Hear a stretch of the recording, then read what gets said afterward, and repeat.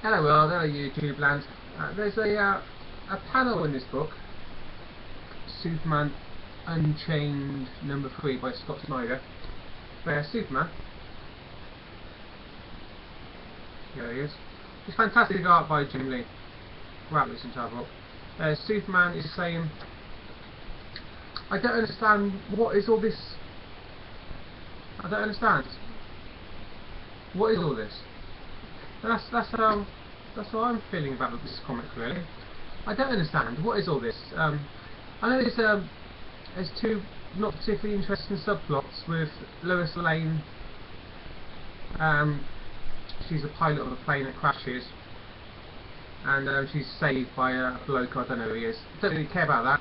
There's another plot with Lex Luthor. Get up to Lex Luthorish type things. Don't really care about that. What's interesting is the main characters here, Superman, and that guy in the front is Rafe. I think they're treading too close to official history on this book, and I don't.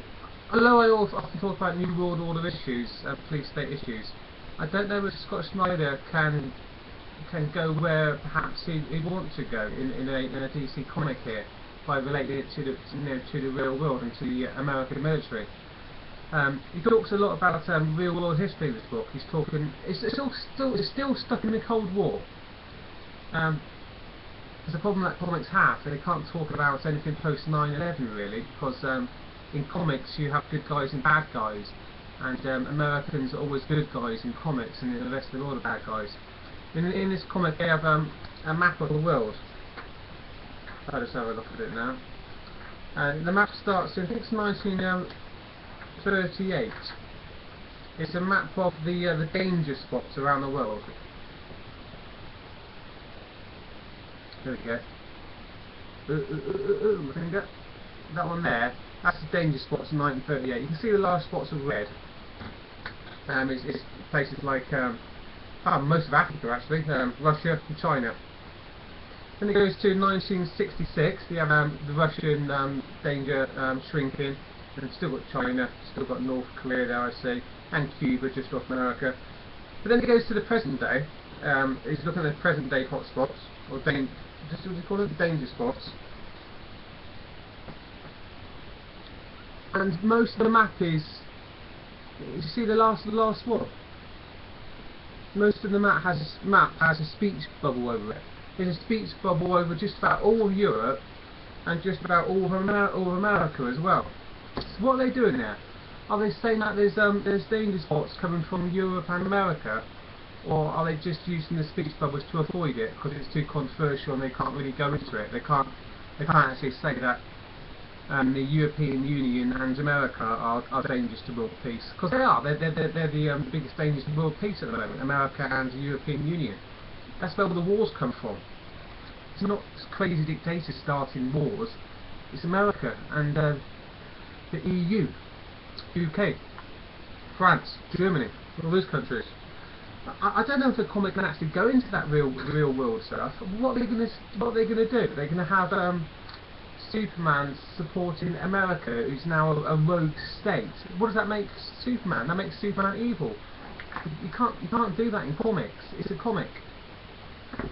So it confuses the heck out of me. But they even mentioned a flag phosphor in 1952. That's a Cold War era. It's like a dogfight above a Russian city. But that's about as up to date as they can get in this comic. That's 1952, long time ago. You know, they can't mention anything past the Cuban Missile Crisis really. And we got what I thought was particularly interesting is there's the General Lee. Sorry, not General Lee, is it? General Lane. It's Lois Lane's dad. He's the guy criticising Superman for not being used as a weapon to get rid of these threats to world peace. So he's criticising Superman for not working for America, taking out dictators really.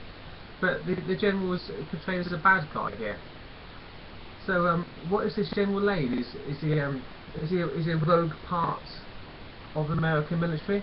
He seems to represent the deep state.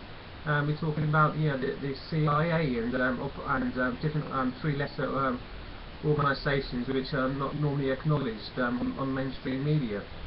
How far can you go with that in the comic book? Comic books, good guys and bad guys, isn't it? Really, you can't have. You can't. I'll keep going back to it. You can't have America as the bad guy in this comic. You can't have the president of America as the bad guy. You can't have the president of the European Union. You can't have the UK Prime Minister as bad guys. Even if they are in the real world, you can't do that in comics. I can't see how DC would allow that to happen. So I don't know if Scott Snyder's going to put a blind eye here, or maybe he's just trying to get away with things that he's not going to be allowed to get away with. And you have a terrorist organisation here called Ascension. I don't know what the hell Ascension's supposed to be in the real world. They hate technology, so I don't know who they represent really. I can't think of any terrorist organisation that wants to blow things up because they hate technology. I don't know where the hell that comes from. So anyway, I'm utterly confused about this comic. I don't really have the confidence that it can go anywhere. Where can it possibly go? America can't be bad in a DC comic. It just can't. Should I drop it? Should I hang on for a bit longer to see where it goes? Where can it possibly go? I'm just full of questions here. I'm just utterly confused. Utterly confused by Superman Unchained. What are you doing, Scott Snyder? I ain't got a clue, mate. Anyone watching this video, if you've got any thoughts about what I've just been rambling about, then please leave some comments, because Superman Unchained #3, I don't know whether to drop it or not. It just left me utterly confused. Okay, that's it for me. I'll see you later.